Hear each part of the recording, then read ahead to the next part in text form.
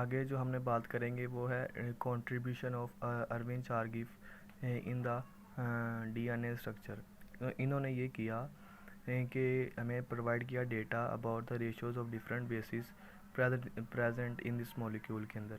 इन्होंने हमें ये बताया कि जो थायामीन और एडिनिन के दरमियान जो बॉन्ड है वो डबल बॉन्ड है, और जो गवानीन और साइटोसिन के दरमियान बॉन्ड है वो ट्रिपल बॉन्ड है। इन्होंने हमें एग्जांपल भी दी।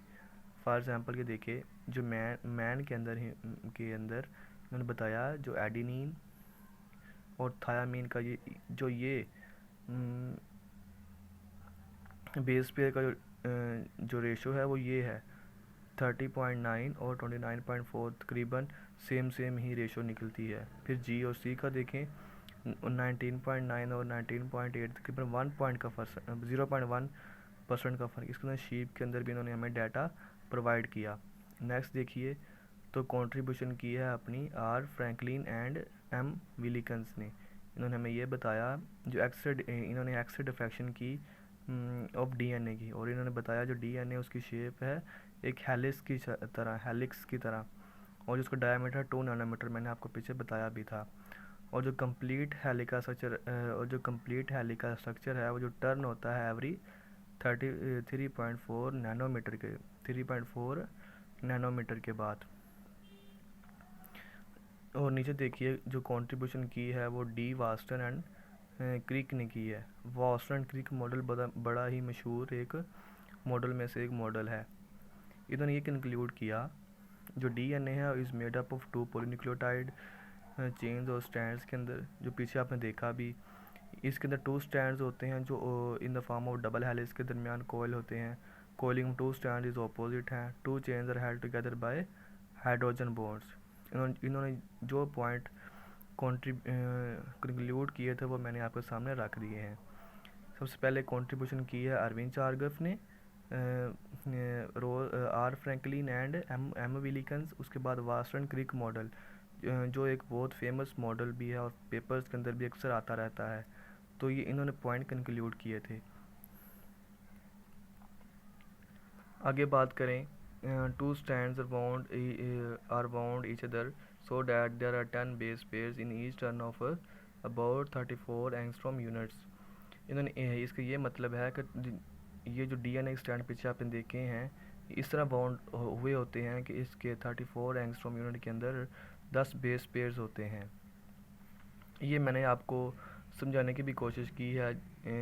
ये देखें ए और टी के दरमियान बॉन्ड है, ये जी और सी के दरमियान मैंने बॉन्ड बनाने की कोशिश की है। ये पूरे न्यूक्लियोटाइड मैंने बनाने की कोशिश करता रहा हूँ। ये न्यूक्लियोटाइड है एक, और असल में ये मैंने हैंड से बनाया। अगर आप इसको 3D मोशंस के ज़रिए बनाएं या कंप्यूटराइज बनाएं तो एक डिसेंट टाइप की पिक्चर आपके सामने नज़र आएगी। आगे हम देखें the amount of DNA is fix for particular species. For example अगर आप ये देखें कि अगर स्पीशीज़ के अंदर नंबर ऑफ़ क्रोमोसोम्स, डीएनए के अंदर क्रोमोसोम्स होते हैं, अगर वो कम या ज़्यादा हो जाएं तो वो एक स्पीशीज़ चेंज हो सकती है। अगर स्पीशी नहीं चेंज होगी तो वो जो इंडिविजुअल होगा वो अपना जो वर्क है वो प्रॉपरली नहीं कर सकेगा। फॉर एग्जांपल ह्यूमन्स के अंदर 46 क्रोमोसोम्स होते हैं और 23 पेयर्स होते हैं। अगर उनमें से 46 में से 45 हो जाएं या 47 हो जाएं तो आपने पढ़ा था कि ह्यूमन के अंदर सिंड्रोम बन जाता है, जिसको हम डाउन सिंड्रोम या क्लाइनफिल्टर सिंड्रोम भी कहते हैं। तो वो इंडिविजुअल अपनी कैरेक्टरिस्टिक्स पूरी तरह परफॉर्म नहीं कर सकता। आगे हम बात करें तो ये है कि ये जो डिपेंड कर रहे होते हैं नंबर ऑफ क्रोमोसोम्स के ऊपर, जो मैंने आगे आपको बताने की कोशिश भी की थी।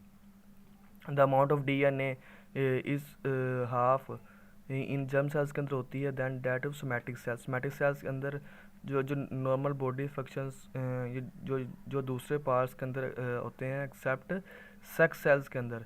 जर्म सेल्स को हम सेक्स सेल्स भी कह सकते होते हैं। तो सेक्स सेल्स इनके अंदर हाफ नंबर क्रोमोसोम होता है और इनके अंदर कंप्लीट या एन नंबर ऑफ क्रोमोसोम्स होते हैं, एन नंबर क्रोमोसोम्स होते हैं।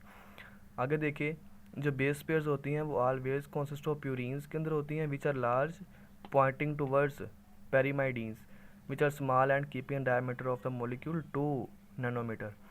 जो प्यूरिन्स होती हैं वो लार्ज होती हैं और पॉइंटिंग टूवर्ड्स होती हैं पेरीमाइडीन्स इसके अलावा जो प्यूरीन्स होते हैं, जो सॉरी पैरामाइडीन्स होती हैं, वो स्मॉल होती हैं और डायमीटर रखती हैं अपनी साइड पे 2 नैनोमीटर का।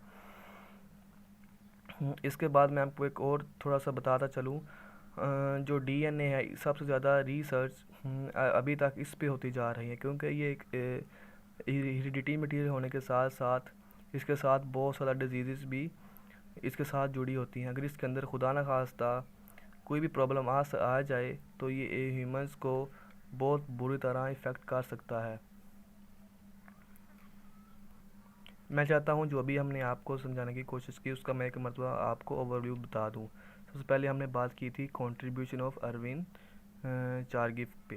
इन्होंने ये बताया जो डेटा है about the ratios of different base pairs in this molecules के अंदर ए और टी के दरमियान डबल बॉन्ड है और जी और सी के दरमियान ट्रिपल बॉन्ड होता है। फिर हमने कंट्रीब्यूशन बात की, contribution of R Franklin and M Wilkins पे बात की। इन्होंने ये बताया कि जो डीएनए, इन्होंने एक्सरे डिफ्रैक्शन के ज़रिए डीएनए के पैटर्न्स हमें बताए और उन्होंने ये बताया कि DNA had a shape of एक हेलिक्स की तरह। और ये एक एमसीक्यूज भी मैंने आपको बताया कि इनका जो डायमीटर होता है वो 2 नैनोमीटर होता है, 2 डीएनए स्ट्रैंड के दरमियान ये जो डायमीटर होता है ये 2 नैनोमीटर होता है। आगे हमने बात